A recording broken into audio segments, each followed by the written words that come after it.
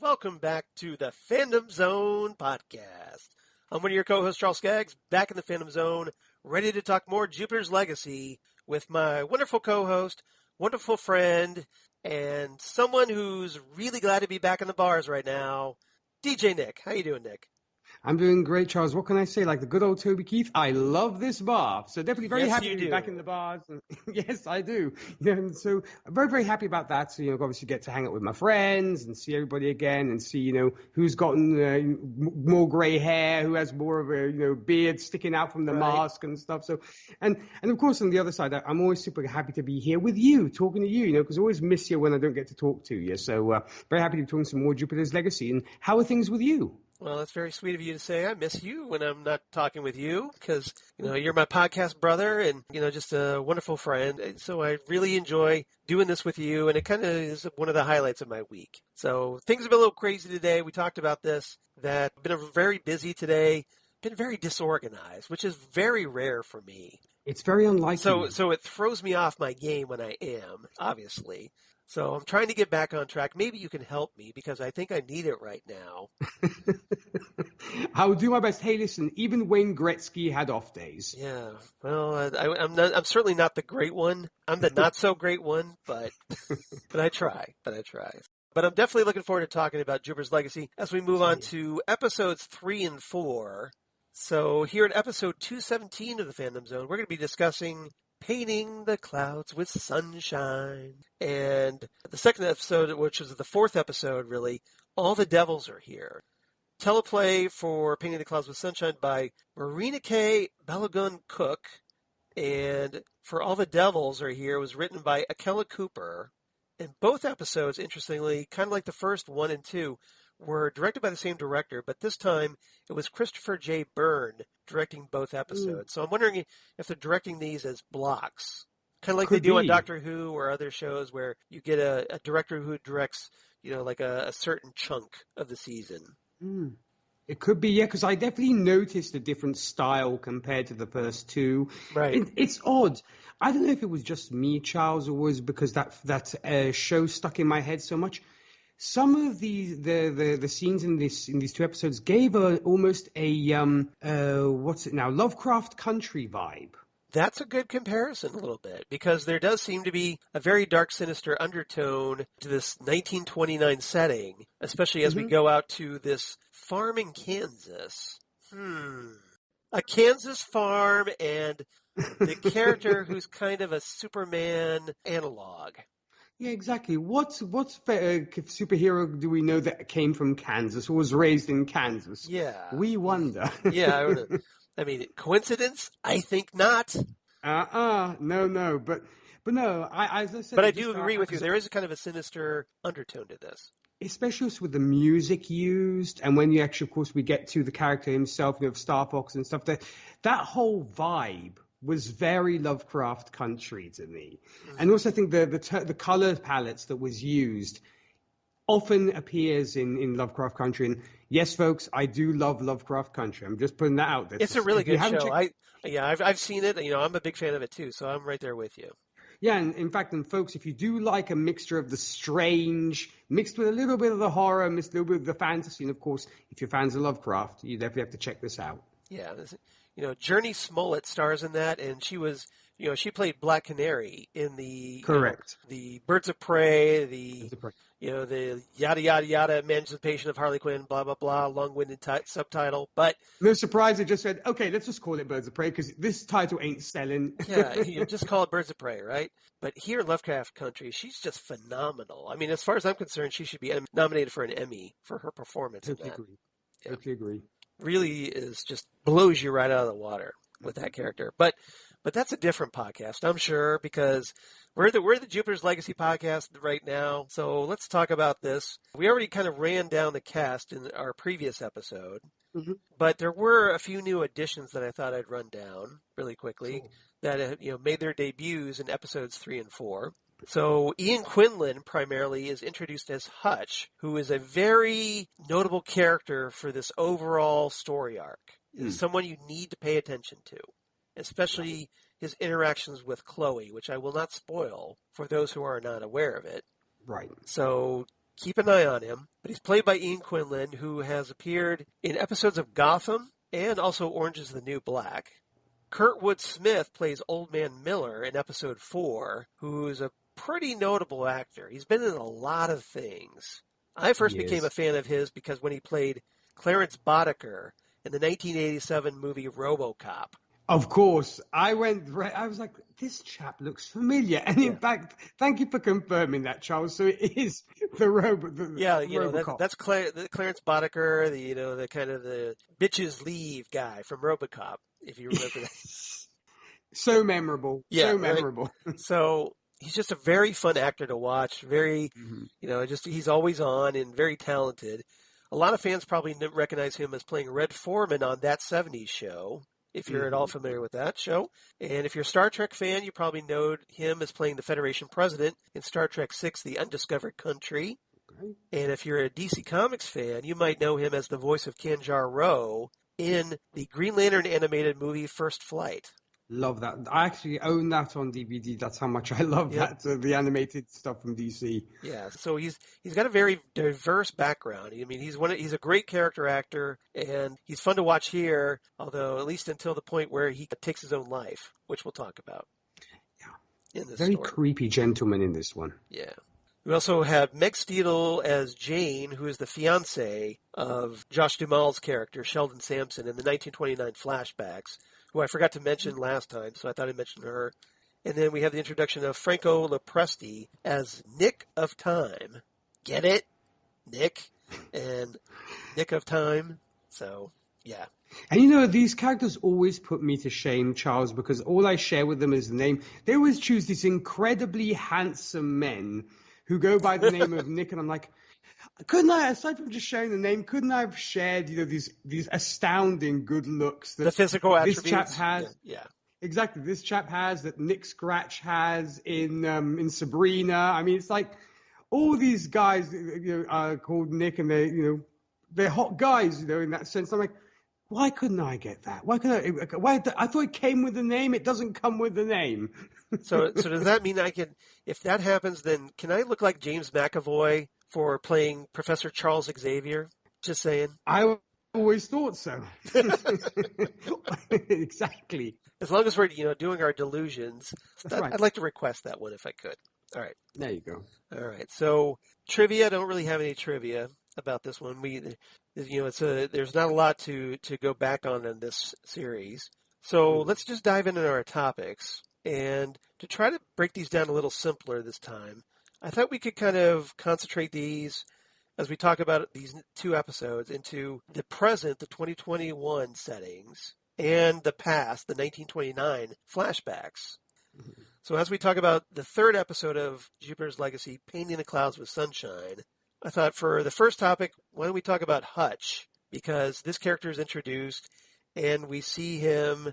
There's a part where he literally drives a van into Chloe, the daughter of the Utopian, with interesting results. And we might as well go ahead and talk about his crew involving, Jack Frost, Jacinda, and Gabby.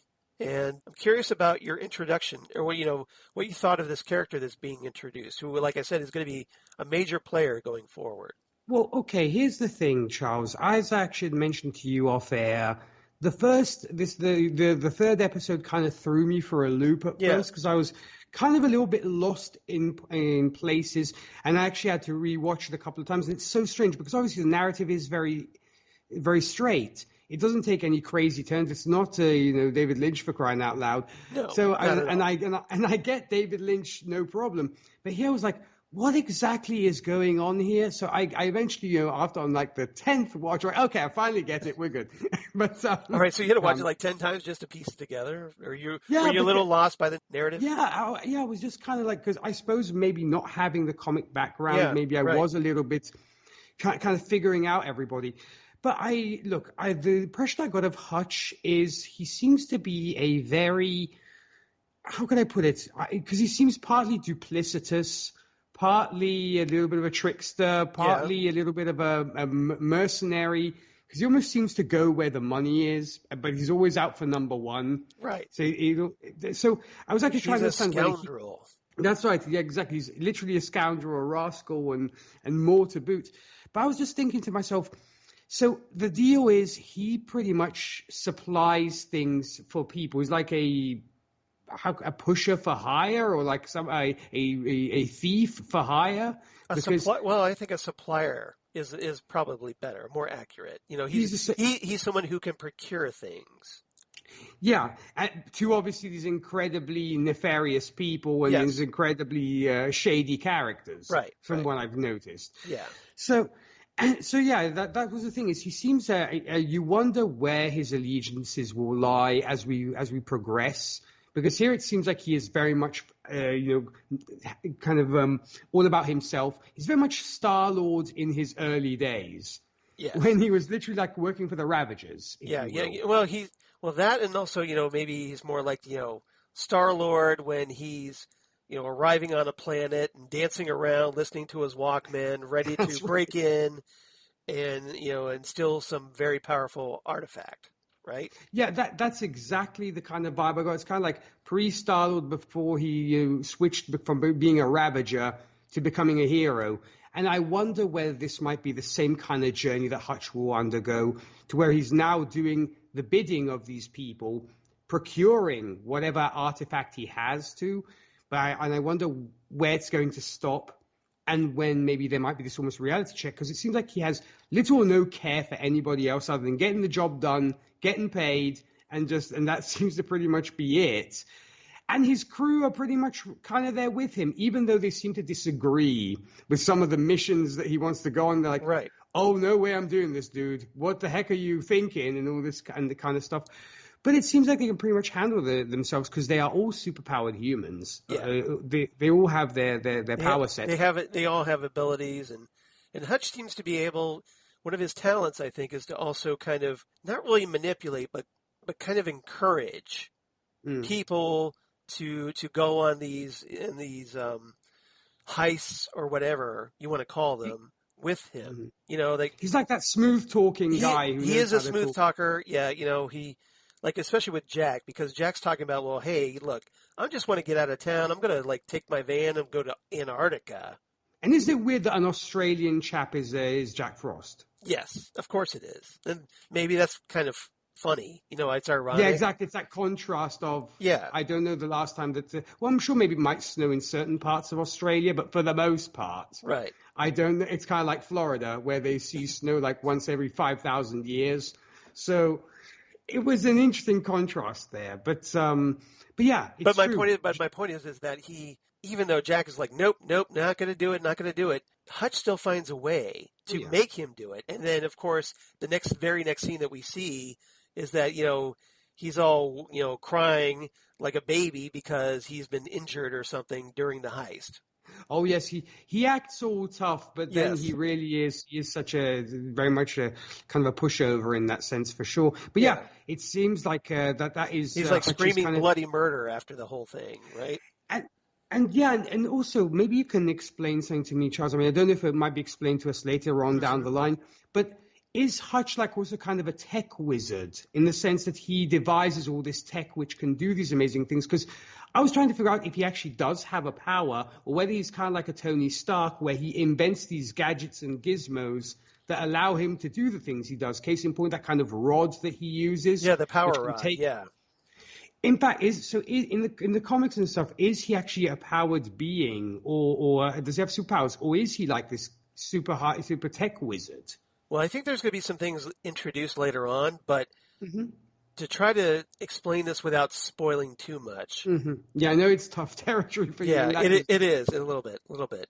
Hutch wasn't the one, I think, that invented the power rod. Okay.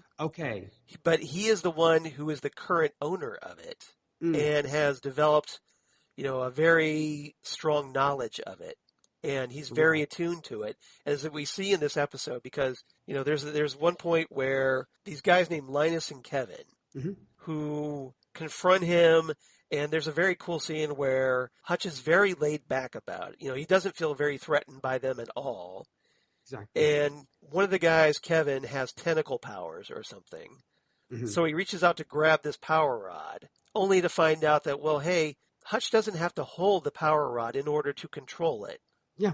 And the power rod apparently has this ability to teleport anything anywhere by voice command alone. Like in a very simple way. Basically, Hutch, in this case says shark-infested waters. And so the rod teleports Kevin into shark-infested waters, which ultimately, presumably, he is, quickly eaten by. And then he tells the rod to come back, and of course we just see a little chunk of tentacle still attached to the power rod when it returns, but no Kevin. Yeah. Right. So he's in that sense he's pretty powerful. I think it's this object that you wouldn't think would be all that powerful, but Hutch just his mastery of it makes it very formidable. I think.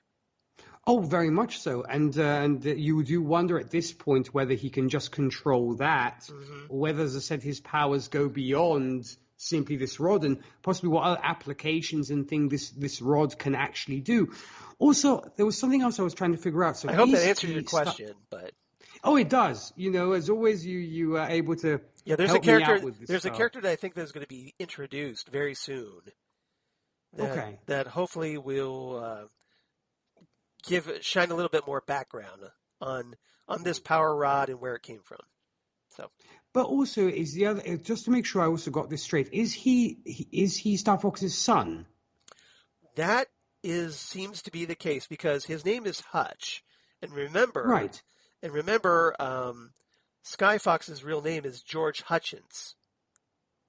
Yes, Hutch. So presumably Hutch is a derivation of the name Hutchence, right? Yeah, it's like a nickname. So it's a nickname, exactly. So it's from that last name. So, and then there's this implication, and I wanted to talk to you about this because at the end of the episode, we see Hutch in this locked room. He's working on different types of inventions. Yeah. And so he unpacks this new gadget that he got and starts working on whatever he's working on, whatever project that he's working on. And as the episode's closing, like the camera pans out from Hutch, who says, "Almost there, Pops." And there's a photo of Sky Fox. And there's a photo of Sky Fox. So there's certainly, and the implication, and having read the comics, I want to confirm this, that Hutch is indeed the son of George Hutchence. Right. So he's part of the next generation of heroes, if you will, even if he does act more like a, not necessarily a villain, but just more of a criminal, I guess. Yeah, I guess could we maybe say anti-hero, possibly? Anti-hero, I think anti-hero is a good one, possibly, yeah. Yeah, because it seems like he's really sort of, I don't think he's not evil. Exactly. He's not a bad guy in the sense that he delights in doing bad things. Granted, he does things which are, against the law and illegal, and you probably shouldn't do on a daily basis. But I think his heart might actually be in the right place in the sense that I don't think there's malice in what he does. Yeah. So he seems to care about his team. Trying to protect them. There's a great moment where Hutch, and everybody's in the van trying to escape from the Kulikov brothers. The Kulikov brothers, of course. Because almost kind of like, the Tracksuit Mafia bros from Hawkeye. That's right. Who I'm so glad we're getting when we get to talk to Hawkeye. I cannot wait to talk Hawkeye. I'm so excited about that. I'm so looking sure. forward to that. You would not believe how much I'm looking forward to that. Oh, well, you and me both. And of course, what are you going to call two Russian mobsters, right? Kulikov brothers. Kulikov brothers, perfect, right? So the Kulikov brothers are running after them, and Hutch, in a very cool use of his powers, teleports the van through a building and then right out the other side of the building, almost like Buckaroo Banzai. Yeah. If you've ever seen The Adventures of Buckaroo Banzai across the Eighth Dimension, which free plug we've talked about on Drunk Cinema, that it just goes right through the building and right out the other side, and then so making for a very quick escape. So just very, he's it's not so much I think that he's trying to get away, but he's also trying to protect his crew too. He's very loyal to his crew. There is honor between thieves, I suppose. Yes. Yeah. I mean, yes, he may get them injured in whatever heist they're pulling, but I think he does care about them to some extent. He doesn't wish them harm. I don't think. Oh no, that's why I don't think he's not looking to betray them. No, I don't see him, being a turncoat or, betraying them in any way.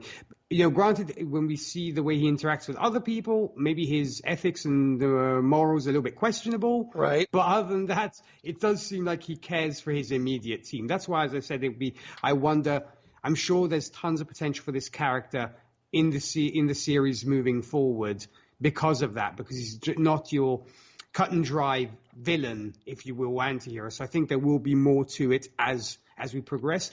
And I did like almost the Tarantino-esque thing of how him and Chloe kind of meet, because you kind of have the truck being hit, then you see like Chloe's side of the story, and before seeing this, which is very Tarantino-esque, and I like that. Yeah, so let's talk about that for a minute. So while they're running away from the Kulikov brothers, and the van teleports through the wall of the building to the other side.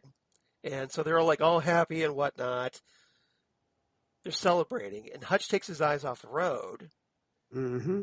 And then who just happens to walk into view but Chloe, the Utopian's daughter. So Hutch tries to avoid hitting her, slides the side of the van right into her, because it spins around. And, of course, Chloe, because she's so strong and invulnerable, presumably, she just stands there while the van just bounces off of her. That's right. And, she makes, I think, like a dent in the truck itself. She's actually, and I believe she actually is knocked to the ground, but she gets up pretty quickly right after that. That's true. Yeah. There was a little bit of impact from the blast.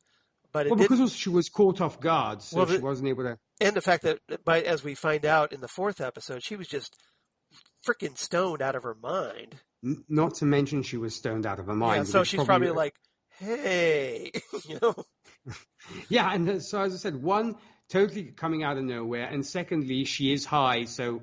Yeah. The mind-altering and probably body-altering drugs are probably don't help when it comes to that. Yeah, but immediately, Hutch's crew thinks, well, hey, it's the Utopian's daughter. She's going to stop us. So they attack her. Right. They go all villain versus superhero on her. And Elena just kind of, because she's so out of it, she just doesn't really, she's kind of confused about what's going on. And she does this thing for a moment where she recognizes Hutch. So that's again, right. They have that kind of knowing look. Yeah, she's like, "Don't I know you?" And at that moment, Hutch probably doesn't want her to recognize any more of who he is. Right. So he teleports off to like Idaho, and Chloe notices that something fell out of the truck in this case, and so she kind of like grabs whatever's in the case, which we find out later what it is.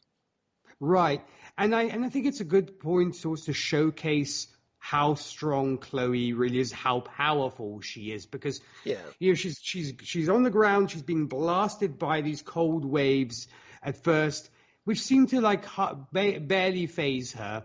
She kind of gets up, and then gets blasted by wind, and with one punch knocks the girl into orbit. Right. And then just grabs the bag and kind of heads off. Right.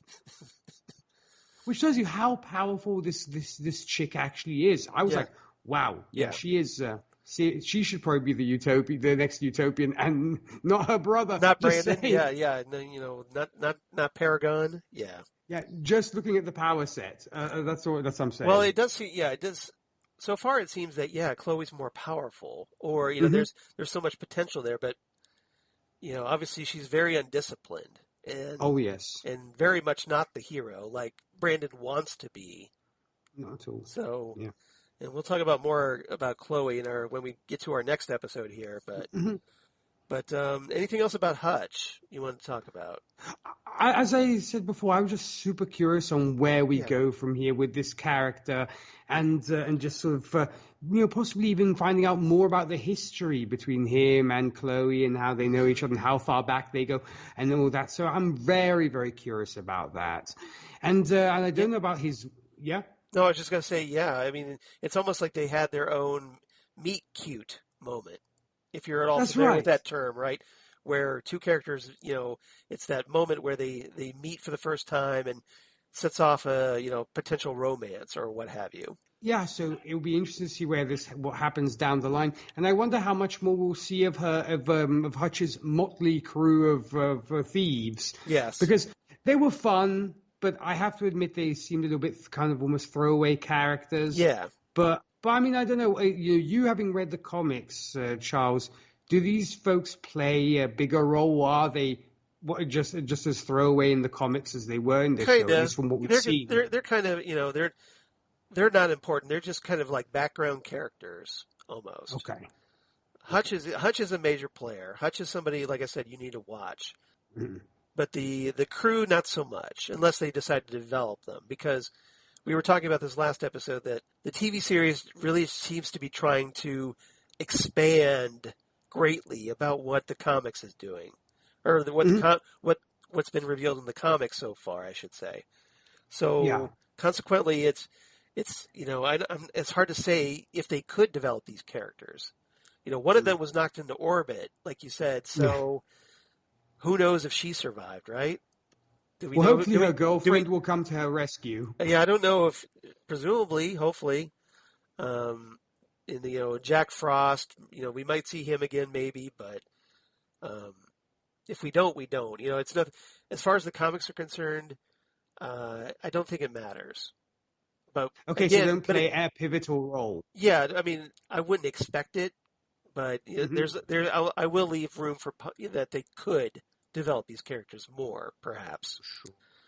Yeah, sure. I mean, I was just wondering because I said my impression was just, these are kind of throwaway characters that are just there, like almost. I'm not saying wallpaper because I don't want to seem too mean to them. Yeah. But yeah, if we don't see them again, I wouldn't be surprised. They were pretty forgettable characters. Yes. Yeah. Yeah. All right.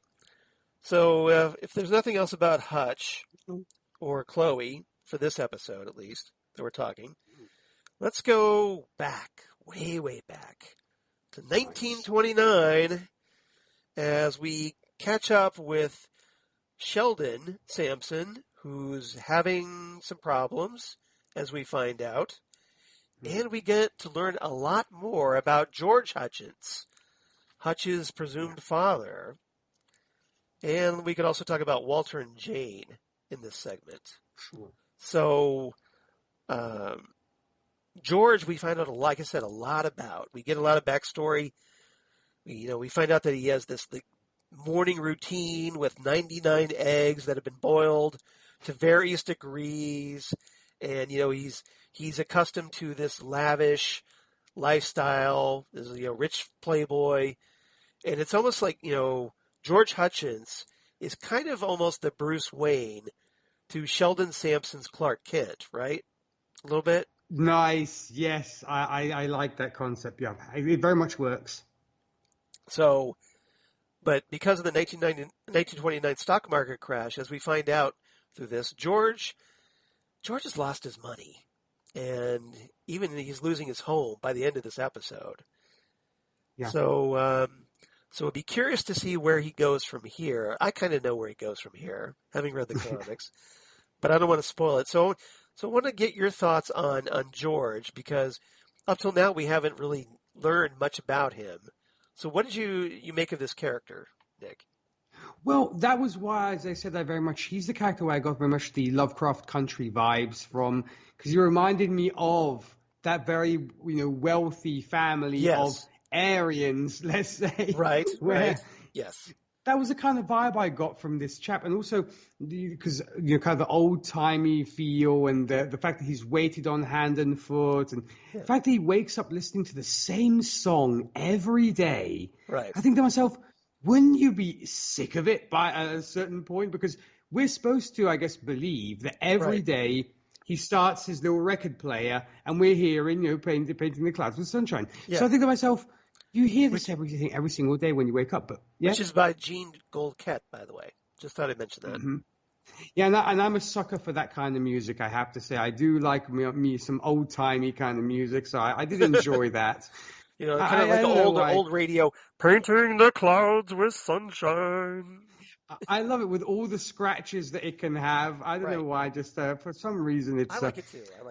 Yeah. There's something about that kind of going back in time to a place that was so far removed from where we are today. So I love that. But yeah, it's the drastic change in his life. I'm sure will probably leave him pretty traumatized, and we see that he does look kind of pretty traumatized. Because at first I think it seems like his wealth is slowly but surely being eroded. Because at first it seems like he's still able to have the staff and all his beautiful things going on in the early days, should we say, he has his Alfred-like butler, Cuthbert.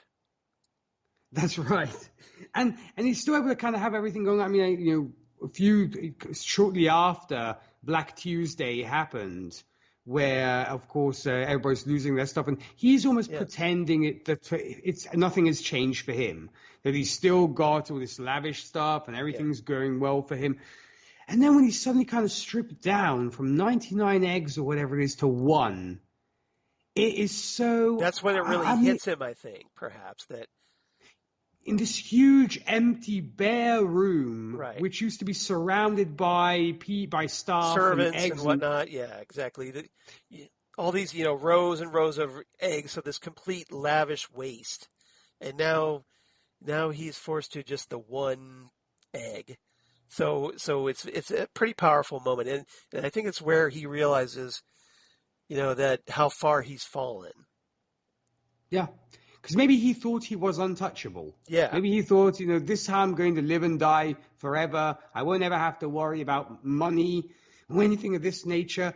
And suddenly he sees himself reduced to a lifestyle which he probably never thought he would have to go through in his lifetime. So I think it's probably quite the turning point for the character. It's probably obviously going to influence where the character goes from here and what he does and so on.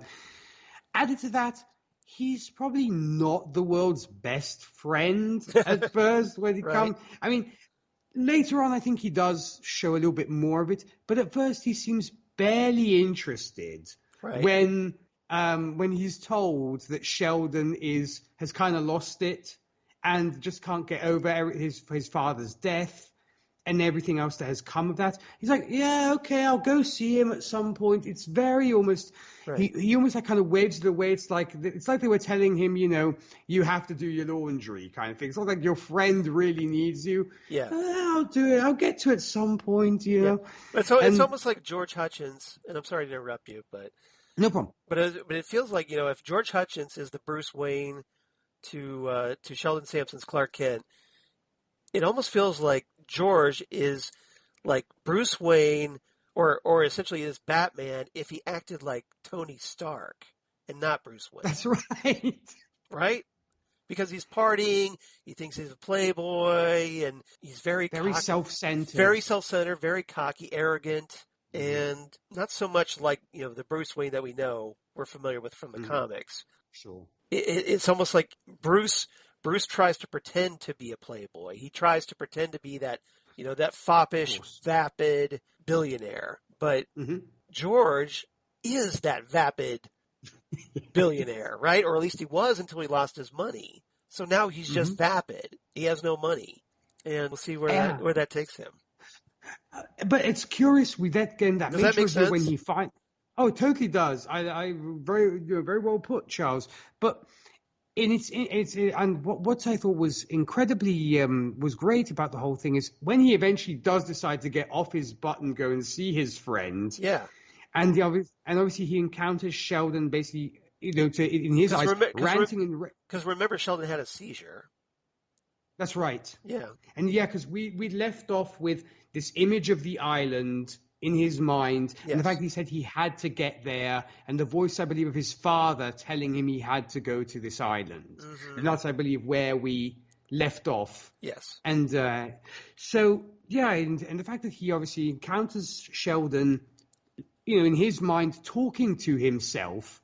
And when in Sheldon's case, he's having visions of his dead father, but probably not in the nicest of ways, where his father, literally almost like what his father would look like if he came up from hell. Or a zombie, perhaps. Or a zombie. Yeah. Of course, because obviously with the cuts and everything else, or yeah. maybe unfortunately what he looked like in the casket. I don't know. But, right. After splatting himself on the pavement, probably, yeah. Yeah, because obviously that's the last memory he has of him, so probably that's what stayed in his mind and not what his father looked like before he killed himself. Right. But yeah, and George just sees this man yelling and screaming, and he's like, yeah, the man, he's totally lost it. But at the same time, he comes across these drawings that Sheldon has been doing, creating throughout this crazy fugue of his. And it seems like he knows more than we think he would, because he takes them away almost very secretively. And at first I thought to myself, is he backstabbing Sheldon? I mean, kind of going in behind his back and remember Sheldon had torn them into pieces. Yeah. Like he'd drawn all these circles on top of circles on top of circles. And the windmill. And the windmill and whatnot, yes. But he tore up the drawings, presumably in frustration. But George sees something. So he kind of, like you said, he does gather them up. And he's kind of intrigued. It's almost like, and he feels, he talks about this to Sheldon later. He says it's almost like a puzzle. And, there's something here, whether you realize it or not. Yeah, because then he reveals to Sheldon that he has been studying these drawings of his. Because at first it seems like he's almost like sneakily taking them away and doing all this research by himself, unbeknownst to Sheldon. But then he does open up to him saying, this is what I've been doing, this is what I'm seeing. Right. And I'll give credit to George at some point, because he does seem to talk Sheldon down somewhat when he decides to be a good friend or decides to play the role of the friend. It seems he's able to calm him down somewhat. And of course, his fiance obviously plays a huge part in that too, in kind of bringing him out of this madness, if you will. It's which is obviously grief. I'm seeing it as a manifestation of his grief for his father. We of course know it's also the visions that he's been having of late. Yeah. So I thought it was, and I have to. But from their perspective, though, it just appears as madness. That. Yes. So they don't know what George is actually seeing. Or excuse me, I keep confusing the characters. So I'm sorry. Sheldon is actually seeing. No, yeah, he's having these visions and what have you. Yeah, so and we, the audience, I think, those who don't know about the comics, to think to themselves as well, has Sheldon completely lost it? Yeah. Or is there more to it? And I think it adds that extra thing for those who will come in completely cold when it comes to this stuff, not knowing, because you could play it easily as this is simply a mind trip he's going on because he's been traumatized, and because he is dealing almost with this, I guess we must say PTSD, if you will, from getting over his father's death. Right. So it could play as just pure insanity, or the fact that he's had a meltdown. It makes you question whether what he's experiencing is actually real or not. Mm-hmm. That's the thing. Like, is he mad, or is he actually, seeing something important here? And we'll see. He's drawn. Yeah, and Walter, Sheldon's brother, is concerned. That's why he and Jane actually went to George to try to see if George could help Sheldon. Like, hey, look, you haven't been around to see him. We're very worried about him since his seizure. He's, he's being very distant and, doing these crazy drawings and whatnot. So and ranting to himself. Right. So, so when George does go to see him, and especially when he confronts him, like, hey, I kind of see this windmill in this picture. What's up with this? And George thinks that windmill is just something that maybe it's like a memory that Sheldon must have forgot. Yeah. Because Sheldon, as far as Sheldon knows, he's never seen that windmill before. In fact, because in that moment where it seems like Sheldon calms down, he's just as surprised because he keeps having these flashback moments of the windmill, this American flag, and other images crop up. But as you said, it almost seems like either somebody's removed these memories of his. Right. And Walter gets kind of pissed. He's like, look, you're just, making him crazier with all these talks about the drawings. Mm-hmm. And you're kind of feeding his fantasy. And, here you are living in your own fantasy world because you're trying to hide the truth behind your flowers and sunshine. But I know that you've lost all your money.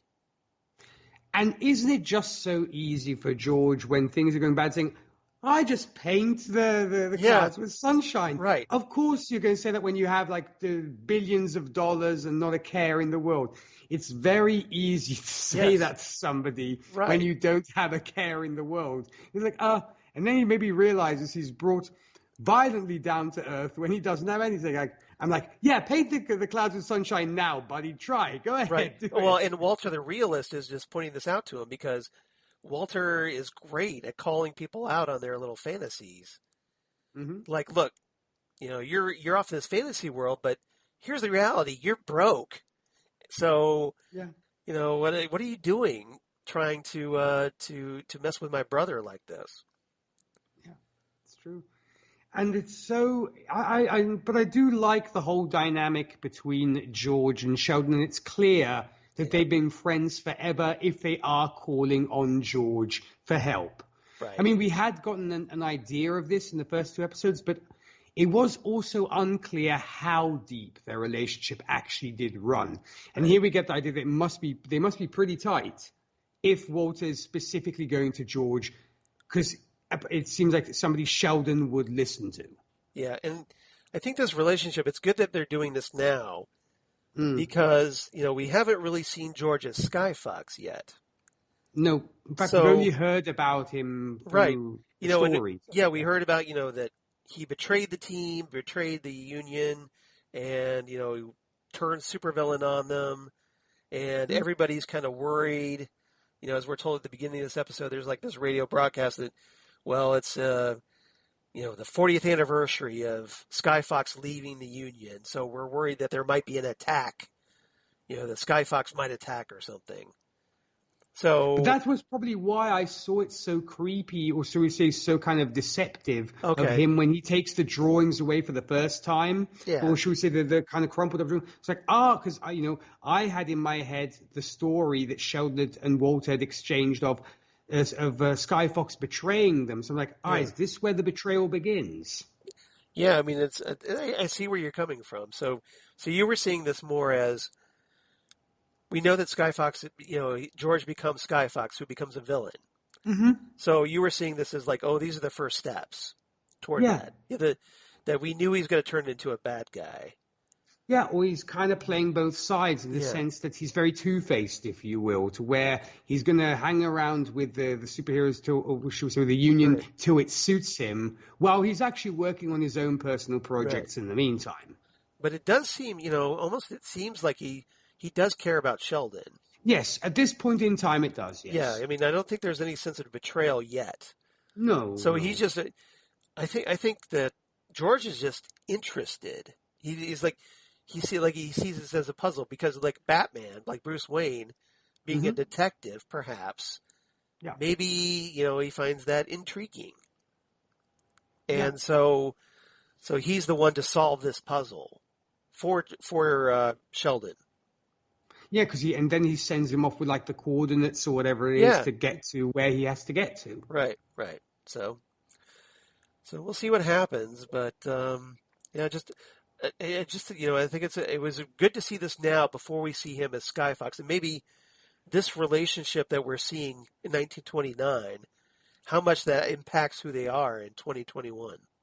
Oh, very much so. I mean, we had, of course, addressed the fact that sometimes flashbacks can be counterproductive, i.e. in shows like Arrow, for example. But here they totally make sense. They are playing, I will say, a little bit fast and loose with all the time stuff, in the sense they're kind of going back and forth, but sometimes in totally random places. But I do see the method to the madness. In the sense, I'm like, what the heck is that doing there? Why are they cutting so violently here? Why is it? I think there is some methods to this. Okay. I was thrown off a little bit as I said in this episode, but other than that, I see what they're doing. And I said it's not complacent, it's not counterproductive. It makes sense, and I think we'll be probably more satisfied once we get to the end of the show because it will all fit together nicely. I'm like, oh, now. It'll be probably one of those shows that you will probably appreciate even more so watching it for a second time, knowing what you know by that point. Right. I think. But you can go back the second time around and kind of like, oh, and now I see how that fit and set up things for later on. It gives it rewatchable value, I think. Yeah. So do you think there are too many transitions back and forth from the past to the present and vice versa? As I said, there were moments I just thought purely from an editing perspective where it seemed like they were cutting pretty fast and quick between scenes of here and now. And I think it might have thrown people off if you're not paying 100% attention. Yeah. If you're suddenly staring down at your phone and you look up and like, where are we now? It's one of those shows where I think it almost demands your almost complete attention. That's why I said I actually to put my phone down. So okay, I'm leaving that there, putting it on silent, and I'm waiting till the episode is over to look at my phone. I think I think you're onto something. I think this is probably why some people haven't really clicked with this show. Is that, especially critics, is that half the time they're multitasking, and I agree with you. I think this is a show that wants you to like put down your phone for like all of 45 minutes or whatever. Yes. Watch the damn episode. You don't have to, constantly tweet or, post things on Facebook or Instagram or whatever, or, look up things on the internet. Just watch the episode. And maybe if you're sitting there actually paying attention to the thing, you might appreciate it more. I mean, I don't want to generalize, but I think that's how the average viewer watches things these days. Oh, yeah, I think so, too. And I think they're engrossed in the show and they enjoy it. But at the same time, they have to have the phone in their hand and be messing around with it while they're watching the movie or the show or whatever. Yeah, I mean, it's God forbid this show isn't showing you, like, all these, punch-out superhero fights every 5 seconds to hold your attention. It's a drama. It's going to have pauses, and people are using those, I think, to do other things, like look at their phone or whatever. Maybe they're just not as interested. Who knows? But because of that, I think it's affecting their understanding of what's going on. Mm-hmm. Yeah. And that's why I think it's also a result of maybe shows that are dumbed down even more so because they take into consideration people looking at their phones. But that's a whole new conversation. I think you're right. I mean, that might be the CW's stock and trade right there. That we've done these things that catering to. We know we have a younger audience that isn't going to pay attention, so there's no point in doing like a quality production, perhaps. Mm-hmm. Yeah, that's right. Well, that's depressing. To think about. Look at you, Supergirl. Yeah, a little bit. Or Legends of Tomorrow, perhaps. Yeah, a little bit. Possibly, yes. Yeah, all right. I mean, I still enjoy Legends. It's a fun little show, but it does, a little bit. All right. Anything else about this episode? No, I mean, as I said, I found it a little bit confusing here and there, but I really enjoyed it. I thought the direction was good, the actors were good, and I was looking forward to seeing them again because the big question here is George's transition, as in now that he's lost everything from having everything to having nothing. We want to see where he goes from here and how he plays into the whole concept of how does he become Sky Fox? Yeah, because obviously, I assume Sheldon's going to involve him like, I landed this really sweet deal, dude. You kind of have to get in on the action.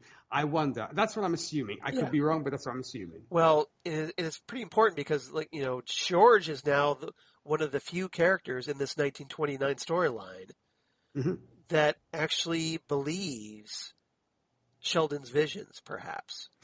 He's the only he may not really understand them, but he is giving Sheldon the benefit of the doubt here, which is more than obviously his brother and his fiance are doing right now. Yeah, they're waving it off as insanity. Right. And just maniacal ravings. Yeah, just totally dismissing it. Yeah.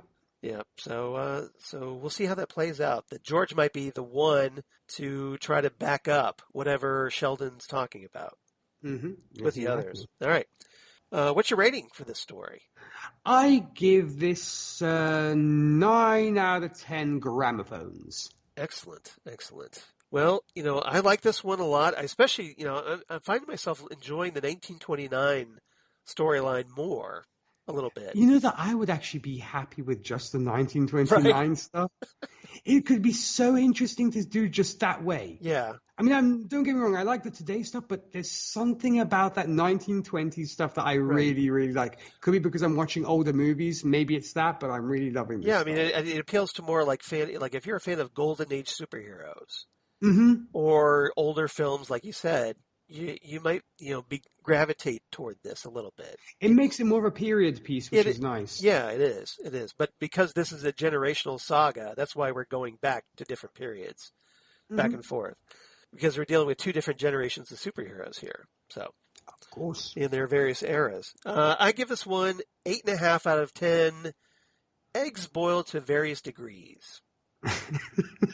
And I love that he knows which ones his friends would eat. He's like, she's going to have a 15, he's going to have an 22. I love that. Well, I think that shows that George is actually pretty intelligent. Yeah, in the sense that nothing is, in the sense he pays attention to detail. Yeah, he's vapid, a lot of ways, being this, this lavish playboy. Like I said, almost like a Tony Stark playboy, not so much the Bruce Wayne. But he is intelligent underneath. There is something underneath all that flash. There's some substance there, a little bit. Yeah, because to be able to know the various degrees of 99 eggs and what people would like, right? As you said, it shows that there's and if he is that intelligent, the cogs are turning. And if he is that intelligent, that makes him a very dangerous villain, right?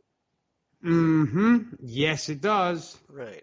So it makes probably people underestimate him quite a bit. Yeah. Because he does have this playboy facade.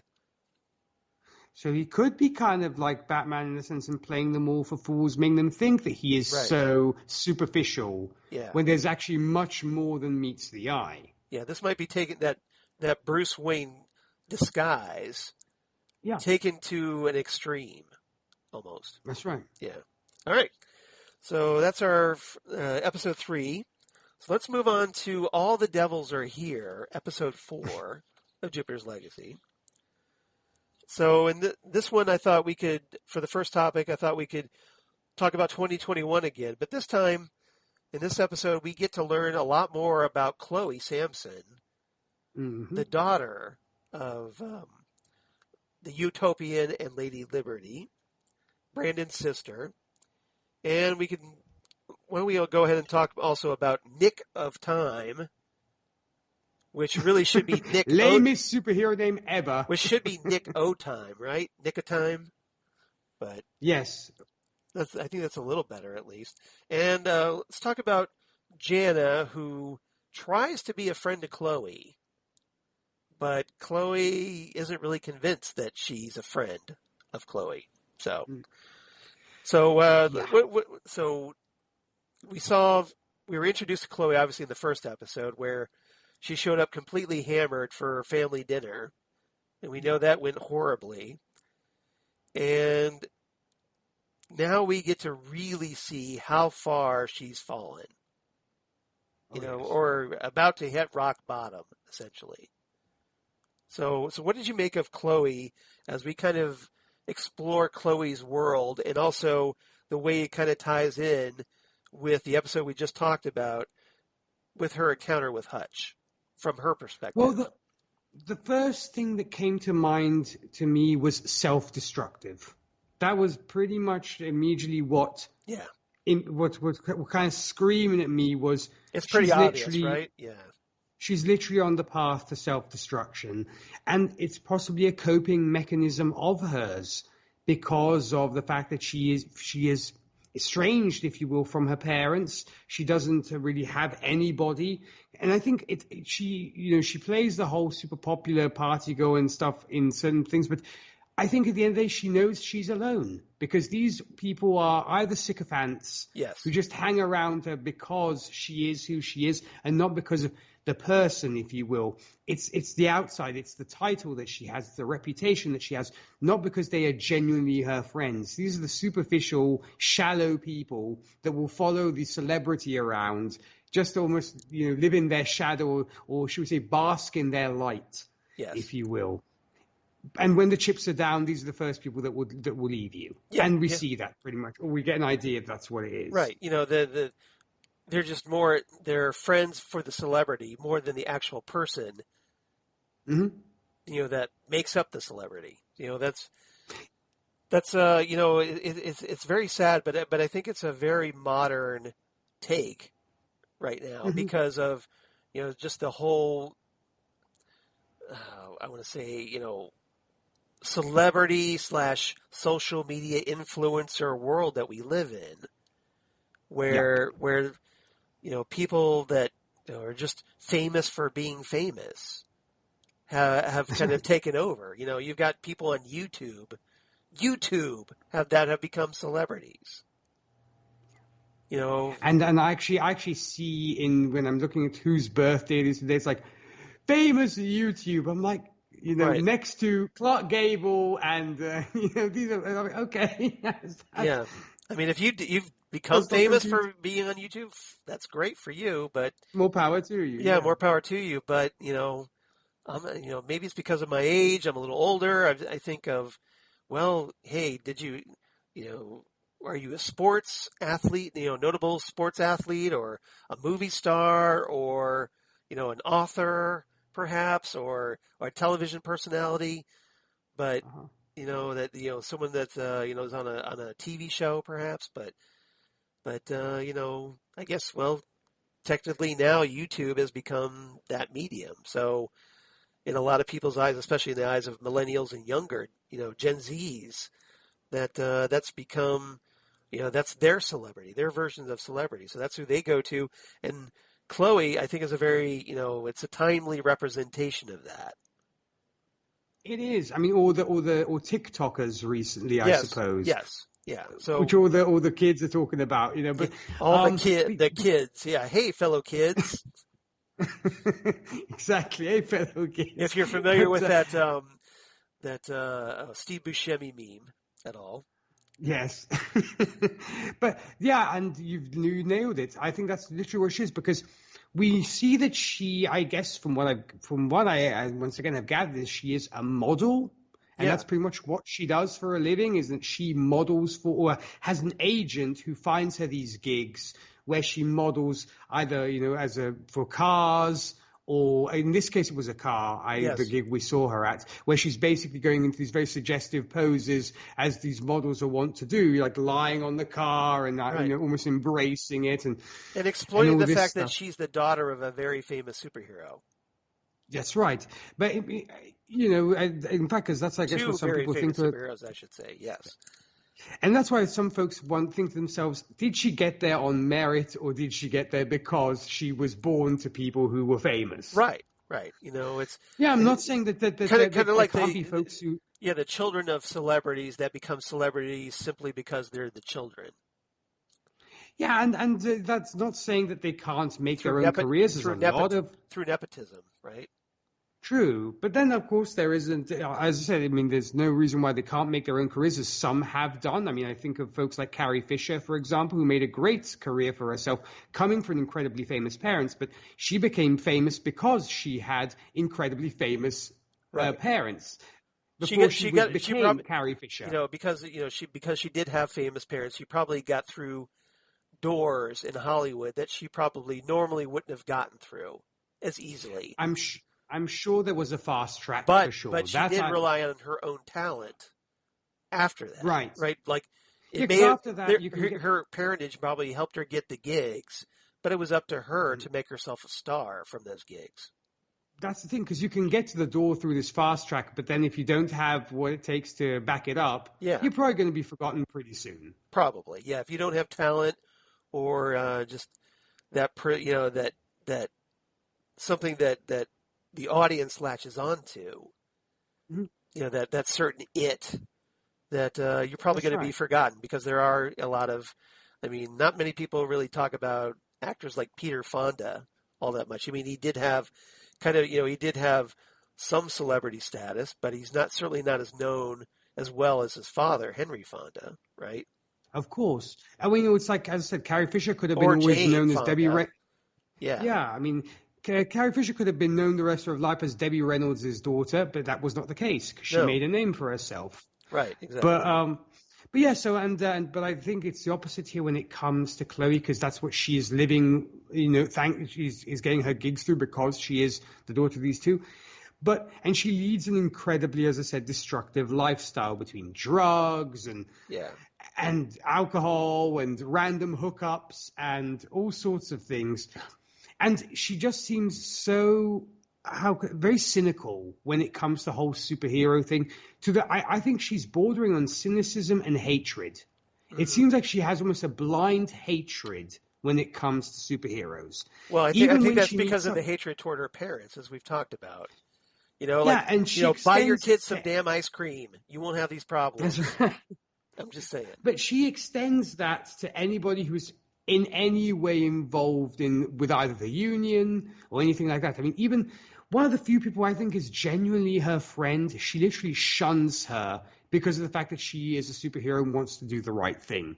That's the kind of person you probably want to be friends with, Chloe, and you probably don't want to shun them. If something happens to you, that kind of girl will be there for you. Unlike the rest, like, let's go party and snort as much cocaine up our noses as we can. Right. Well, she's just a natural contrarian. And that bitterness that she feels, I think, and we can psychoanalyze this because, hey, yes, I'm a professional psychologist. No, I'm not. So am I. No, I just printed off my degree today. It's like, exactly. I just wrote my degree on a Post-it. That's how good I am. But Chloe seems to be like, she has this bitterness toward her parents. She feels that they either weren't around for her enough or didn't give her enough love, whatever the real root of that is. But there is a bitterness towards them that she's transferring over into everything associated with them. So anything involving superheroes, she naturally feels this bitterness towards as well. And even her career, where essentially it boils down to her doing these modeling gigs because she's the daughter of a famous superhero and has powers herself. That's right. So she hates herself because she doesn't want to be like her parents. In fact, I was just going to say there's definitely also some self-loathing there as well. Almost seems like she hates herself for that. That's possibly why she tries to numb the pain with alcohol and drugs and everything else, and living this very fast and loose lifestyle where it's all, should we say, a very excessive lifestyle, which, is very akin to what some celebrities have done, where they've literally self-destroyed, they've destroyed themselves because of this, because they are possibly fighting demons inside, which makes sense for also the title of this episode. So I think she's literally fighting her demons this way by numbing them and making it worse and worse and worse, which, as I said, has happened to quite a few celebrities, be they musicians, actors, or what have you. Right. And it's very sad. It's very sad. And I think she comes to that realization that it almost seems like she is unable to go a day being sober, which I think is very sad. Well, if we were doing Ghost with the Twin Peaks podcast, I almost suggest that Chloe is the Laura Palmer of Jupiter's Legacy, because she puts on this facade for everybody, but secretly, she has this very self-destructive lifestyle. She hates herself, hates everything around her, and because of that, she's very self-destructive. And now that facade is completely cracking as we're exploring this, because now when she does this photo shoot for this car company that essentially wants her to do the superhero pose, which is, supposedly it's because it was a shot based on a shot of her mother, Lady Liberty, holding a car above her head. Which is reminiscent of what superhero? Well, yes. So obviously that's a very big nod to Action Comics #1, the first appearance of Superman, which is iconic, as we saw recently on Superman and Lois, where they recreated the image of Superman holding that car and, above his head. So, so obviously that's a very big nod to that. And Chloe, meanwhile, takes this gig. She's told to lift up the car, so she's like, okay. And then in a fit of anger and rage and just being completely, blitzed out of her mind, she hurls the car at the people doing the photo shoot. Luckily for her, nobody was hurt. But, technically, isn't that kind of attempted assault? It is, and no surprise. I think also there she was angry because the fact that she'd finished her cocaine. Yeah. There was no more coke. Because we saw the terrible thing is in between shots, she was constantly going to the bathroom to snort cocaine. Yeah. Because to kind of get her through the day, literally. Right. And at some point she gets to the point where, yes, that bag comes to an end and you've got none left. and which irks her, evidently, because she's like, I've got no more cocaine, I'm coming down, I'm going crazy. And then, of course, that's when she hurls the car moment.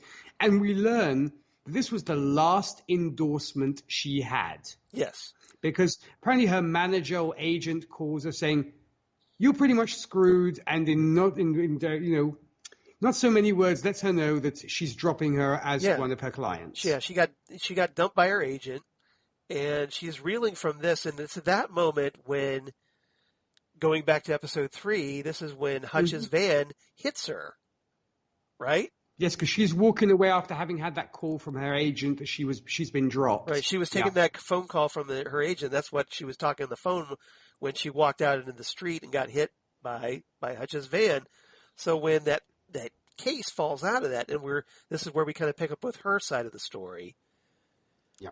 Chloe goes to that case and finds what appears to be a bag of drugs, by all appearances, right? Yes, and I'm like, of course, just because it's like in semi-powder crystalline form, what are you going to do? You're going to shove it up your nose, aren't you? Right. It's, she has no idea what it is. She doesn't care.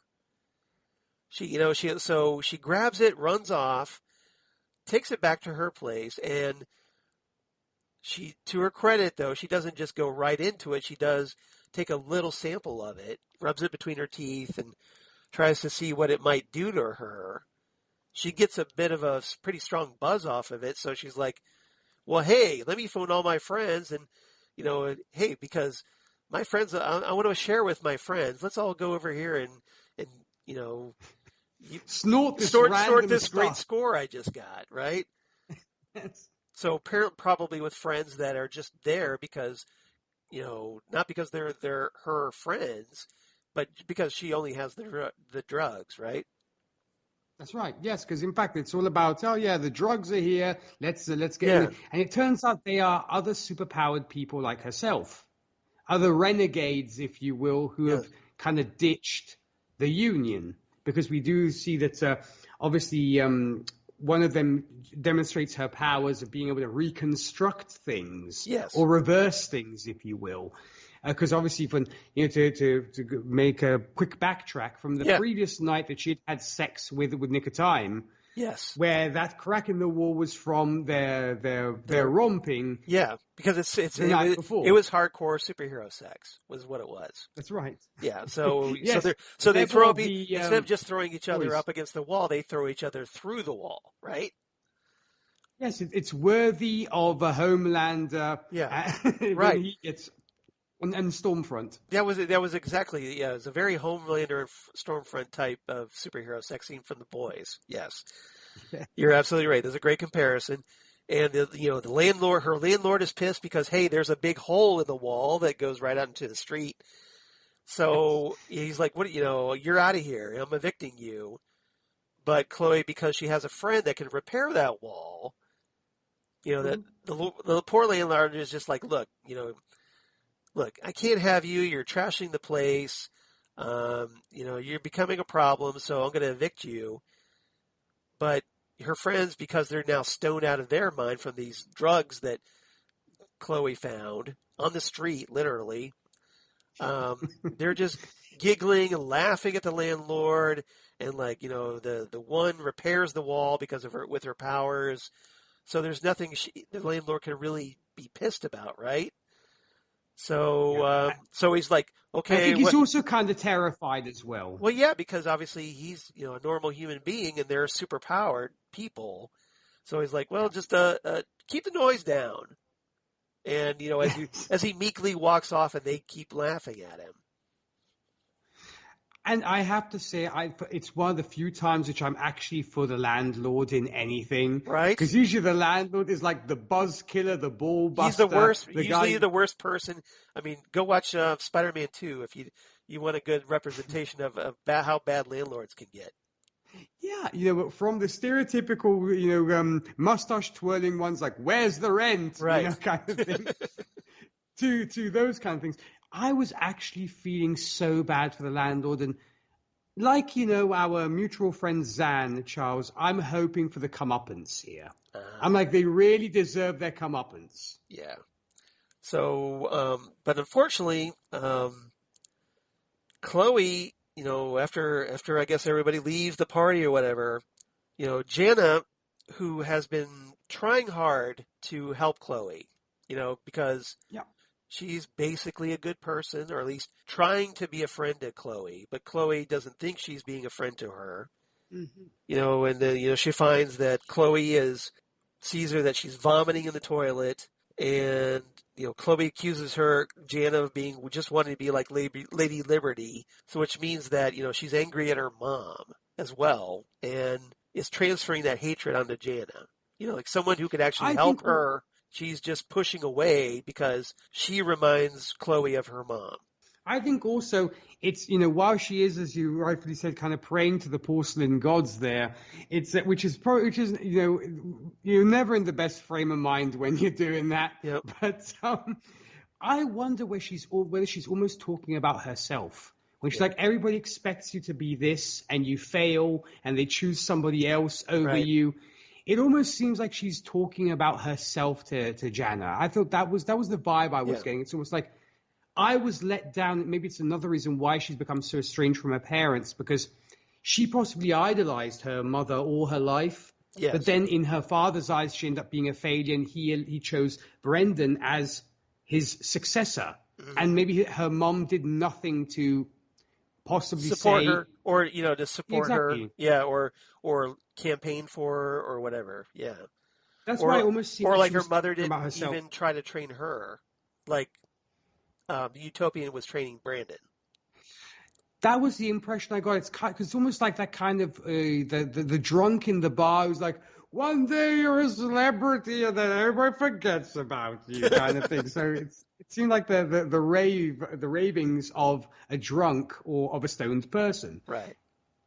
Right. And remember, she's also coming down because of, the way that Nick, this latest guy, who's probably not the first guy, by the sound. He's one of the multiple one-night standers. Well, for sure. but we find out that Nick of Time was essentially trying, he targeted Chloe in that nightclub because he wants Chloe to put in a good word with the union because he wants to join the union.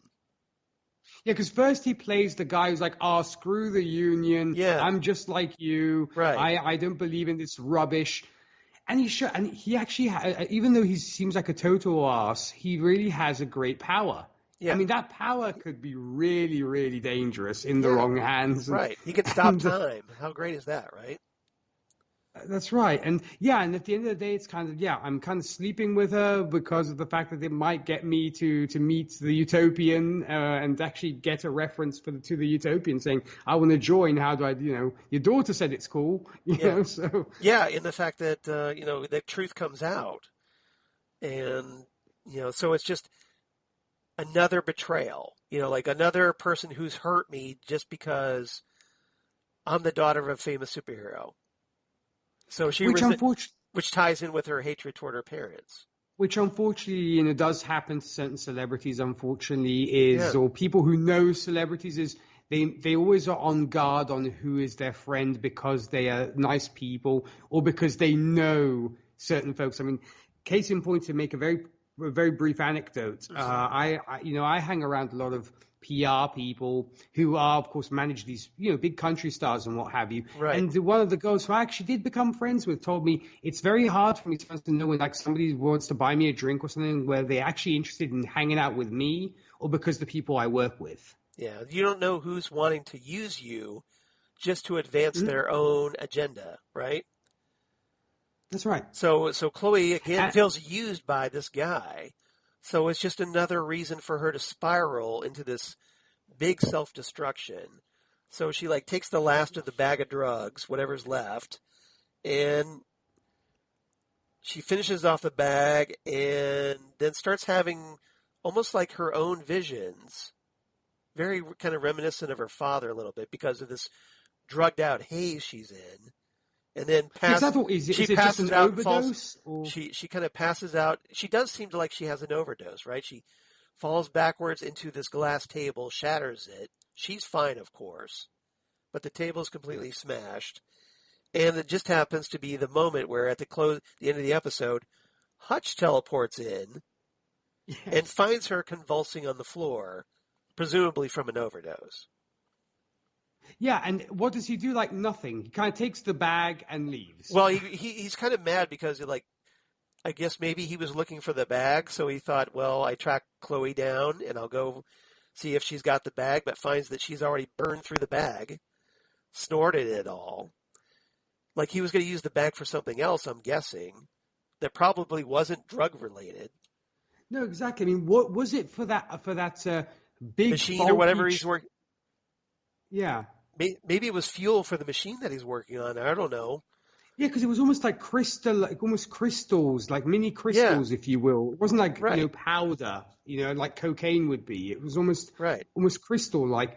I mean, because in fact, that was a plot point that I was unsure of whether it was. I can't think of his name now. The one of the many shady characters he works with, who was rather stood out to me. The guy that kind of likes. Are you talking about Big Man? Big Man, yes. I thought that was maybe what he had to retrieve for Big Man, or was that another job that he had to do for Big Man? I don't know. I think it was a job that he was supposed to do for the Big Man, but maybe they decided, or maybe I'm trying to remember. Oh yeah, that's right. The Big Man was asking Hutch where his quantum modular was. Right. So maybe he was supposed to be building this machine for the Big Man. And this thing was one of the ingredients, if you will, and the chemicals needed to do it. Right. To design this machine, perhaps. Yeah. And I actually wanted to say Big Man is actually a step up from Black Star. Right. The effects were actually really well done. I liked how, as his mood changed, if you will, almost like a Rorschach, if you will, where his face would light up and stuff, or you'd see what was behind the skin. I really liked that. I thought it was definitely a step up from Black Star. Yeah, so here it's just like Hutch was hoping to get that bag back, but was pissed because Chloe had snorted it all, I guess. And not to mention, Big Man will probably have his hide for this. When he's like, how am I going to tell the Big Man this now? Because it seems like it's the nth time he has failed Big Man. Yeah, so it's not good. It's not good news for Hutch and probably his crew. Yeah. Yeah, because I think that's also going through his mind because he has kind of been threatened by Big Man is fail me again, and you'll kind of be seeing what your insides look like, kind of thing. Yeah. So right. So I see what. Yeah, but I immediately thought she was ODing there because it was very reminiscent almost of the Pulp Fiction scene where Uma Thurman's character is ODing. And I was like, where's the adrenaline syringe? Where do you keep those? Right. Yeah, somebody reach for that. That should be fun. Yeah. All right. She's freaking dying on me, man. Oh, sorry. Do you have a magic marker? Draw the. Yeah, exactly. Now I want to watch Pulp Fiction. So, see, we need you to come on Drunk Cinema so we can watch Pulp Fiction together. Well, if ever you guys do Tarantino, give me a whistle because I'll be right there. All right, that sounds good. Man.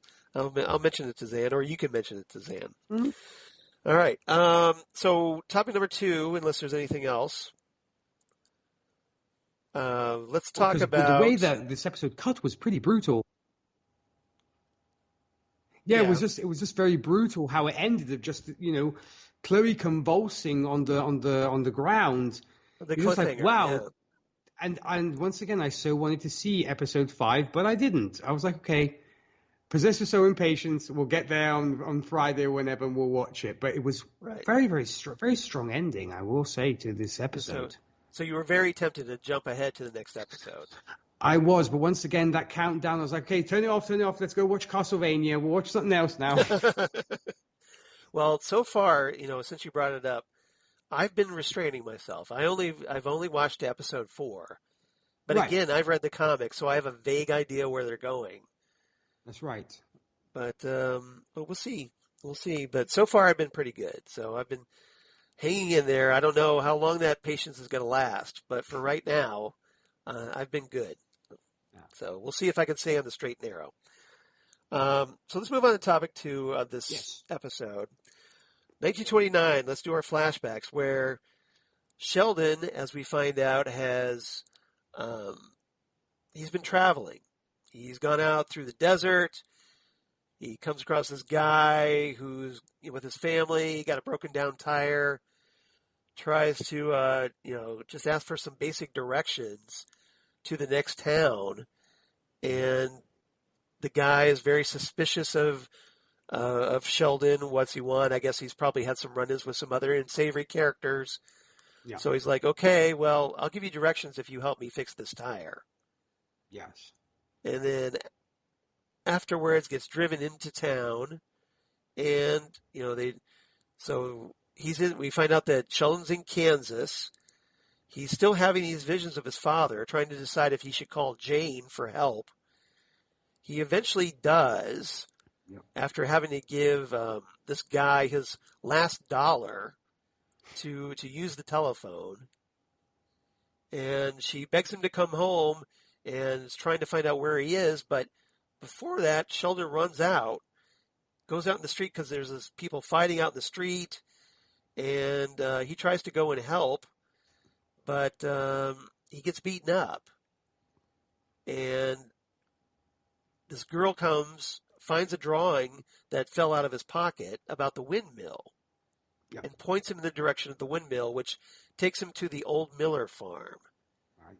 So what did you make of Sheldon in his journey in this, as we pick up with Sheldon in 1929, where through this vision, driven haze, he finds his way to this farm that we find out is the farm from his vision, and encountering this old man Miller that's there, and the secrets that lie within.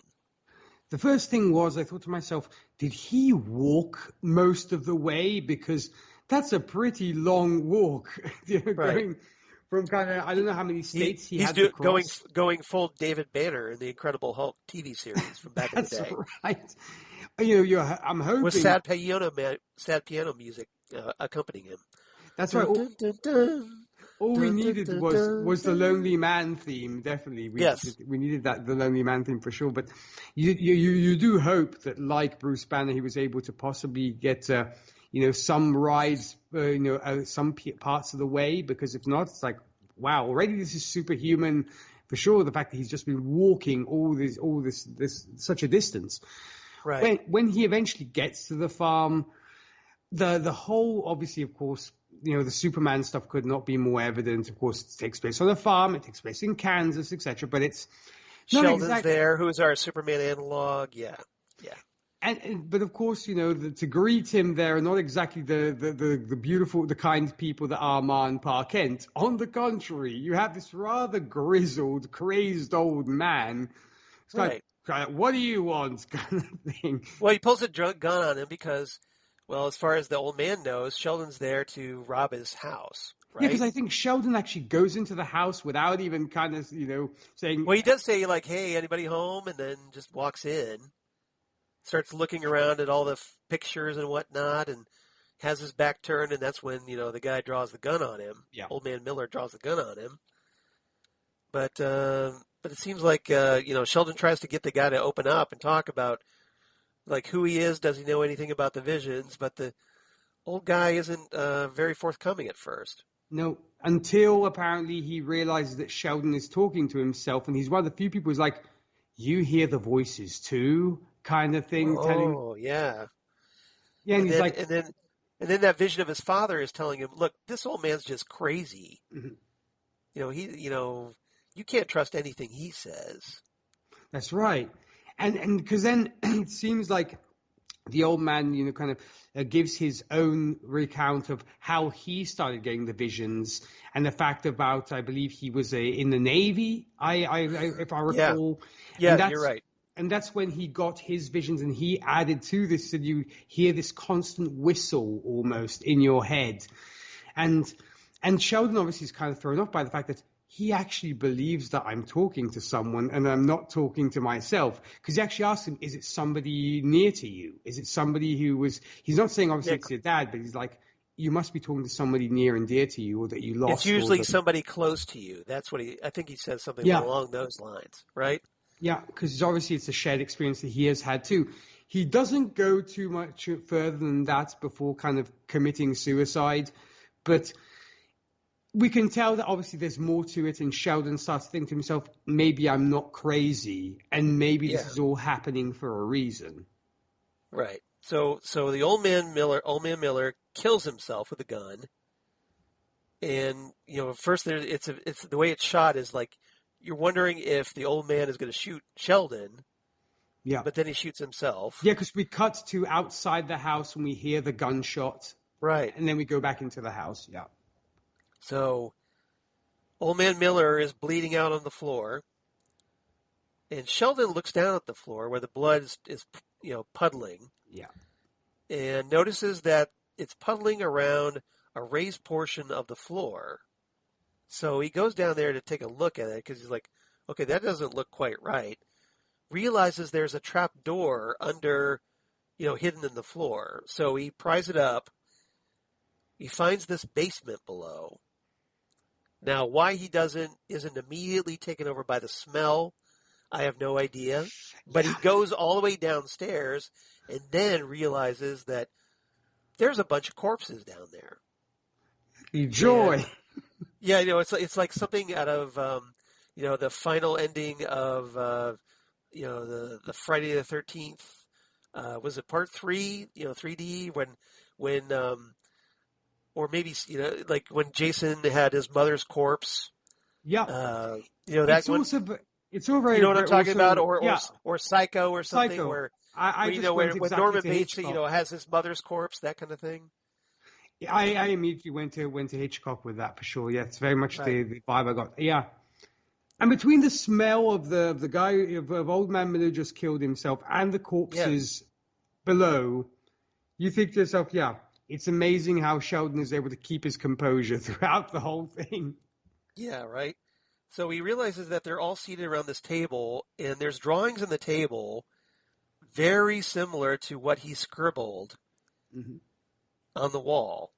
So he sees a watch very similar to his father's, and then he hears the farmer's voice reading out numbers like coordinates. So, and around the table, Sheldon starts seeing this vision of a group of individuals.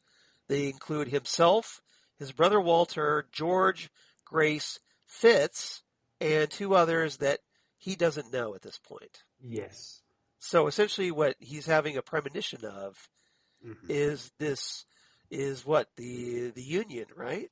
Or I'm going to become the Union. Yeah, maybe the first iteration of the Union. Yep. Yeah, yep. So that's a pretty big thing. And, Sheldon comes out of the house. We don't know if, he's going to have a breakdown or whatever. And then we see him coming out of the house much more together at this point. Like something transformative has happened. And Sheldon has seemed to have regained his composure so that suddenly we see Walter driving up in the driveway. So presumably he must have called Walter, right? Either that or when he called his fiancée, they were able to trace the call. I don't know if they could trace the call because I suppose, they probably did because they maybe had. But then how would he know that? How would he know that Sheldon went to Old Man Miller's farm? This is true. Yeah, but I suppose maybe they narrowed it down to maybe where the city could be because I guess then they had the operator who had given the collect call to his fiance, and maybe that's where she was able to, I guess, retrace it through the operators. Where does this call come from exactly? Because I guess they probably are able to do that. I don't know how the whole mechanism works, but that's the only way I can think of. See, I would go the Occam's razor route and go like, well, Old Man Miller had a phone, and after Sheldon got his composure back, he called Walter to pick him up. Which could work as well, sure. Yeah, so that's, like I said, that's the simplest explanation. So that's what it seems like. That would be the natural one, because otherwise, how would they know he went to the farm? So true. So Sheldon leaves the house. He says, like, he's looks like a completely different man. He says, "I'm ready to come home now," but we still hear the farmer reading out those coordinate numbers. And Sheldon's presumably still hearing that, right? Yes, so he tries to make play serene and such, and all put together on the outside. Maybe also not to worry Walter either, but his mind is thinking forward of, how do I get to this place? What do these coordinates mean? Yeah. So have you pieced together what the coordinates might mean?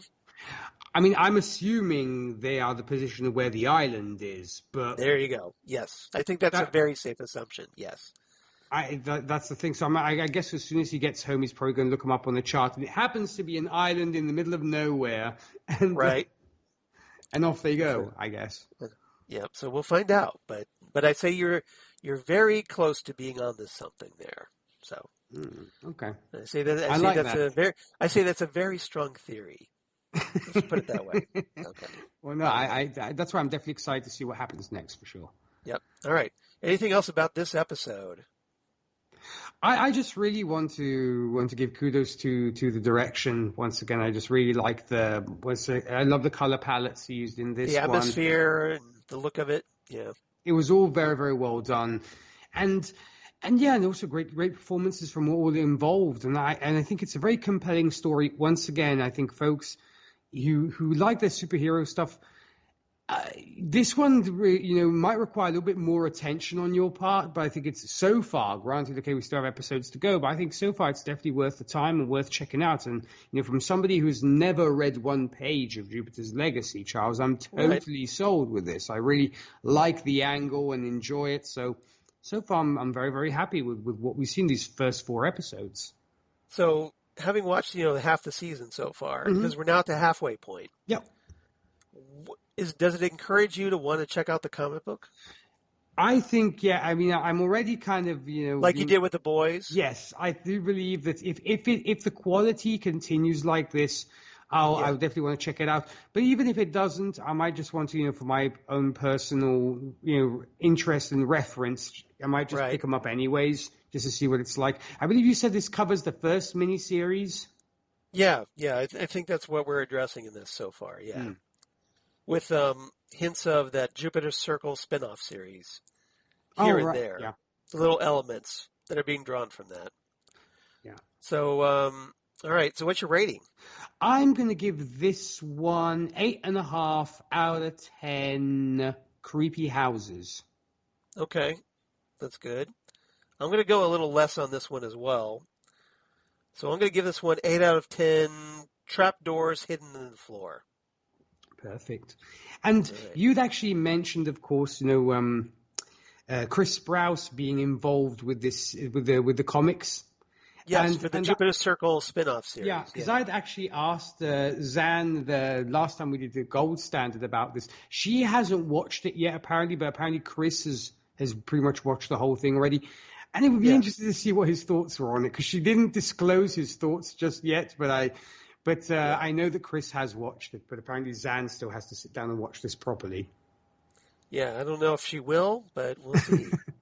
Depending, I suppose, what her husband's thoughts are on it, I guess, maybe. Yeah, that might be a factor. I don't know. We'll have to see. Maybe we just need to keep asking about it, if she's going to watch it or not. Yes, exactly. All right. So hopefully she does, because I'd love to. Hopefully she can, listen to our podcast and see what our thoughts are about it. Hopefully you appreciate that. Agreed. Yeah. All right.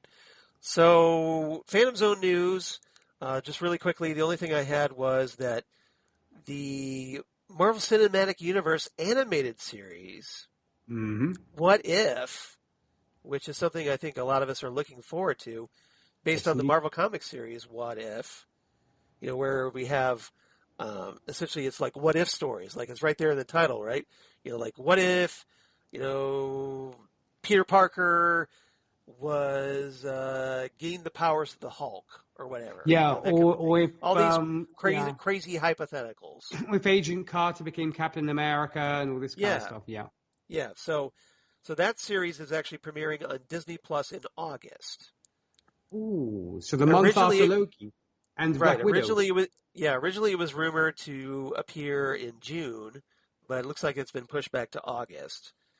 But so at least we have a month announcement. We don't have a specific date yet, so we'll probably have to update you when we do, but I just want to give everybody a heads up on that if you're looking forward to that. Yeah. So I think that's going to be really good because the voice cast they have lined up for that is going to be phenomenal. Is stellar. Also, isn't there further news on the MODOK TV show? The animated one, I believe. Yeah, but I haven't really followed that, so I'm not familiar with it. Do you happen to know? No, well, I know that apparently I think Hulu announced that it should be coming, in these next few months. Apparently, so there is going to be a MODOK series, and I'm so excited about that one. Isn't Patton Oswalt doing the voice of MODOK? That's exactly why I'm so excited, because Patton Oswalt will voice MODOK, and so I'm so excited just for that reason. I think it's supposed to be kind of like an Adult Swim animated type series. Exactly. Or like Harley Quinn. That's on HBO Max right now. Yeah. Which is how MODOK should be done, I think. Right? You think? All right. Yeah, that could be fun. I need to learn more about that. I do. So, because I really enjoyed Harley Quinn on HBO Max. So that was different when it was on DC Universe, but I enjoyed it. It's a crazy show, and so I really enjoyed it. I recommend checking it out. It's pretty well written. All right, so we do have some Phantom Zone fan mail that I want to read really quickly. Yay. So once again, writing in Holly Mack, about episodes 3 and 4 of Jupiter's Legacy, the ones we just talked about. Hey, Charles and Nick. Hey, Holly. Hey, Holly. Man, another great 2 episodes. We get more backstory between George, Sheldon, and the others. I think the flashbacks worked a touch better this time. Mm-hmm. Wonder what Hutch has planned that would please his dad. Guess we're going to find out soon enough. Chloe trying to find herself at a dance club and not succeeding. Find time for herself, I guess she means. And having to answer for not helping out in the first battle or showing up at the funeral. Yeah, we didn't talk about that. It's true. Chloe got called out for not showing up at the funeral for their friends, right? That's right. Really surprised to find out that Nick has powers. This is going to be interesting. Of course, Nick would be trying to get into the superhero group through Chloe, and she saw right through it. The scenes with Sheldon at the farm are pretty intense, and I'm really wondering what's up with the pocket watch. Yeah, we'll see. Yeah. I think that's just symbolic of his father, right? I do believe so, but maybe there's more to it. But we'll see. We'll see. Really, we're hoping someone soon intervenes and gets Chloe some help after what happened at the end of episode 4. Well, we know Hutch is there, so we'll see what happens. Still showing self-restraint and only watching 2 episodes. Well, so far we are too. So we'll see how long that lasts. we got to get through 4 more. We'll see. I'll wrap it up here. Holly from Wisconsin. So thank you so much, Holly. Really appreciate you writing in for these. I really do. Exactly. Ever on the spot, and really, and I love that she's watching along with us. I really dig that. I really dig that too. So it's nice to know that we've got somebody out there that we know and writing in and helping us discuss this show. Yes. So if you want to be like Holly, and I really encourage that you do, check us out at phantomzonecast@gmail.com. That's phantomzonecast@gmail.com.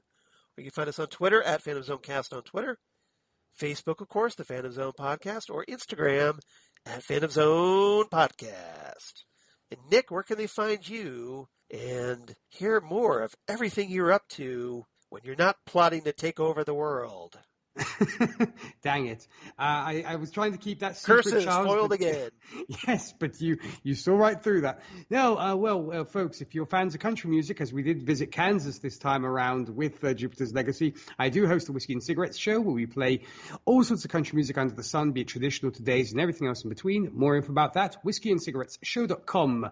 Podcast-wise, if superhero movies are your speed, I do host Happiness in Darkness, the superhero movie podcast, where, of course, we're discussing all superhero movies under the sun. If you'd like to join me on there, you can shoot me an email at happinessanddarknesshow@gmail.com. We're on Facebook, Twitter, and Instagram. And last but certainly not least, Gold Standard, the Oscars podcast, where myself, Rachel Friend, and Zan Sprouse discuss all the Best Picture winners in chronological order, from 1927's Wings to the present day. We've just hit the 50s and really enjoying that right now. So it's definitely been a fun ride so far, and I'm just loving how this is going. You can find us on Facebook and Twitter.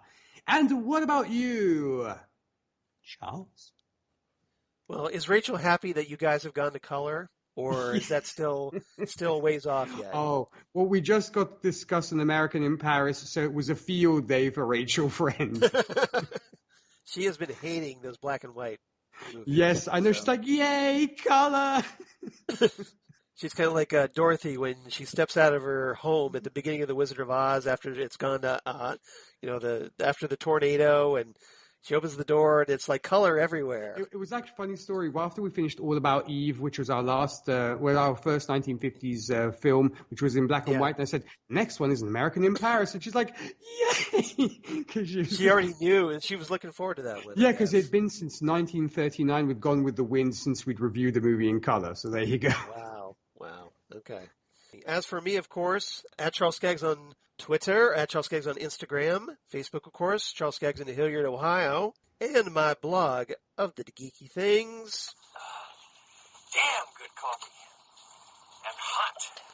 Damn good coffee and hot, where I talk about all the stuff we talk about here on the Phantom Zone podcast. So all kinds of comics, news, superhero news of my other podcasts for the Southgate Media Group, which of course includes Next Stop Everywhere, the Doctor Who podcast, that normally I would be doing with my partner in time, Jesse Jackson, but unfortunately he's going through some very serious health issues right now. He's going to be having surgery in a couple weeks. So I'm asking as a personal favor to everybody that knows Jesse or is just, someone who listens to us here on the podcast, if you wouldn't mind, just send him your positive thoughts.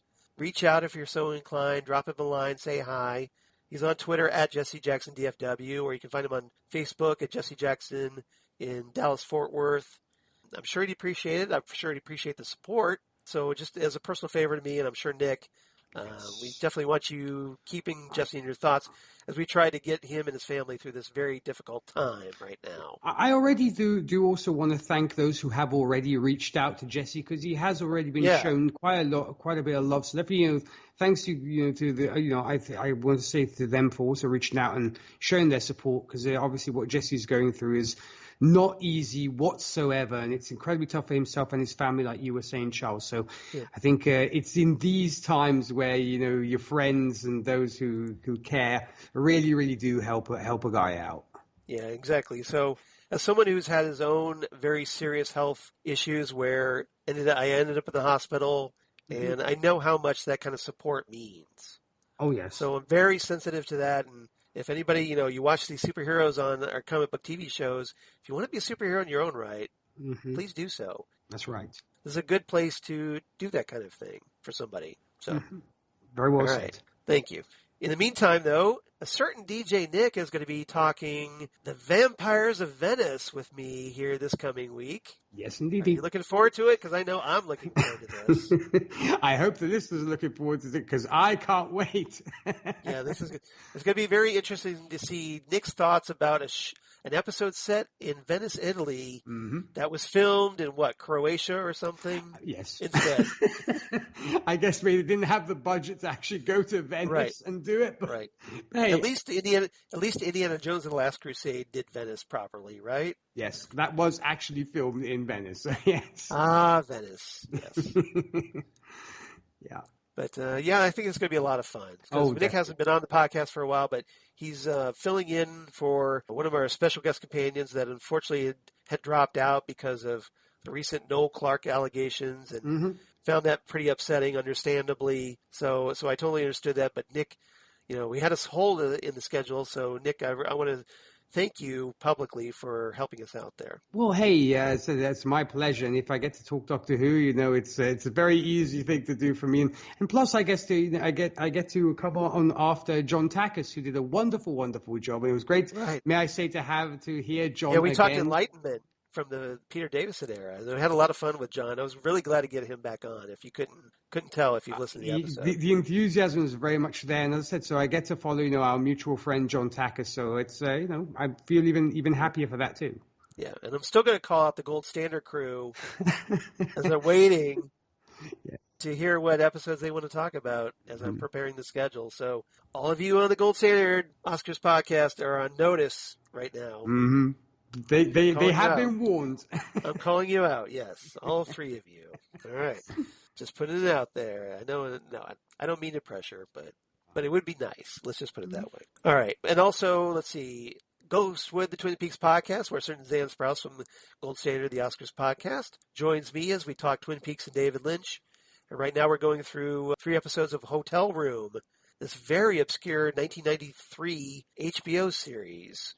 Anthology series, and we're going to be discussing the second episode coming up next week that features Griffin Dunn and Mariska Hargitay from Law & Order Special Victims Unit, if you can believe it. So that should be pretty interesting, right? And then coming up after that one, it's going to feature Crispin Glover. So that should also be very interesting to have Crispin Glover directed by David Lynch. Stay tuned for that. And then last but certainly not least, Drunk Cinema, that I also do with Zan. It's kind of our side gig, or as Nick likes to refer to it, as the after party to Gold Standard, the Oscars podcast. That's right. It's the Gold Standard after party, definitely. Yeah, Gold Standard after party, where we have adult beverages, adult conversation. We watch our favorite movies. And last night we recorded one of my favorite movies, Raiders of the Lost Ark. It's one of my top 10 all-time favorite movies. So I had a ball with this. Zan, had a lot of fun, and, it's one of hers as well. So it was great to finally be able to share this movie with her, even, just over the internet where we recorded it. But I hope everybody checks that out. And then coming up in 2 weeks, Christine Peruski is going to be joining us as our very first special guest host as we watch the 1985 murder mystery movie based on the board game Clue. Oh, yes. And I know I definitely will have to let Rachel know about that one, because that's one of her all-time favorite films. So I definitely have to let Rachel know that you guys were doing that one. Well, encourage her to write in to Drunk Cinema. I will let her know, because as I said, I do know her love for that film. It's a great movie for sure. It is. Hope she sends in some feedback for that, because I'd love to hear it. I'd love to hear her thoughts on this. All right. So that's all I have, but Nick, thank you again. Had a lot of fun talking Jupiter's Legacy with you, sir. Always a pleasure. Always a pleasure. Love doing this, as I said, Charles. And I think it's been some really interesting discussions we've been having. Yeah, as you had actually mentioned previously, folks thought we might not have anything to say about this, but oh my God, we can't stop talking about this show. Probably everybody's just like, will you guys wrap it up already? So with that in mind, okay, next time on the Fandom Zone, episode 218, as we're going to talk What's the Use and Cover Her Face, the 5th and 6th episodes of Jupiter's Legacy. So the next 2 episodes we're going to be talking about as we slide into the back half of hopefully just season 1 of Jupiter's Legacy. So hopefully, Nick, you're looking forward to it. I know I am. I certainly am. And hopefully everybody else comes back. So Nick will be here. I'll be here. We're going to discuss What's the Use and Cover Her Face, episodes 5 and 6 of Jupiter's Legacy, right here on the Phantom Zone podcast. See you next time, everybody. Bye. Ciao.